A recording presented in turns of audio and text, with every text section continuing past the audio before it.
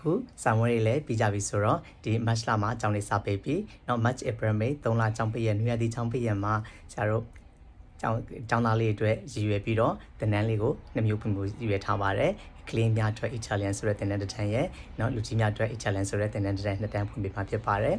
အုံနောက်ဆိုတာကဓာတ်လိုပဲအများကြီးသွေးနေဖို့လိုအပ်ပါတယ်မ3မိနစ်ပြတ်ထားကြရင်ဓာတ်ကတုံသွားသလိုပဲအုံနောက်ကလည်းမ3မိနစ်တည်းပြတ်ထားကြရင်အုံနောက်ကလည်းတုံသွားပါလိမ့်မယ်အဲ့အတွက်ကြောင့်နေရာဒီကျောင်းပိတ်ရမှာเนาะအချိန်ကိုအလားဟာတာ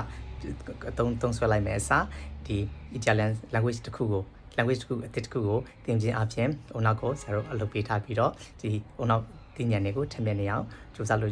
င်းတဲ့လူတွေအတွက်ကိုနေရာဒီကျောင်းပိတ်ရက်3လမှာ3လ Italian basic course လေးကိုဖွင့်ပေးမှာဖြစ်ပါတယ်လူကြီးများအတွက် course ကတည်တံ့တစ်ခုဖွင့်ပါမယ်3လသင်တန်းမှာလူငယ်ကလေးများအတွက်ကိုလည်းအသက်10နှစ်ကနေစပြီးတော့ Italian စကားကို intro နဲ့စပြီးတော့သင်ထားလို့ရပါပြီMarch April May 3လလူရည်ကျောင်းပြည့်မှာတင်တဲ့တစ်ခုဖွင့်ပေးမှာဖြစ်ပါတယ်စိတ်ပါဝင်စားတဲ့လူတွေအကုန်လုံးဆရာတို့ page messenger ဒါမှမဟုတ်ဖုန်းနံပါတ်09510598ကိုဆက်သွယ်ပြီးတော့ကြိုတင်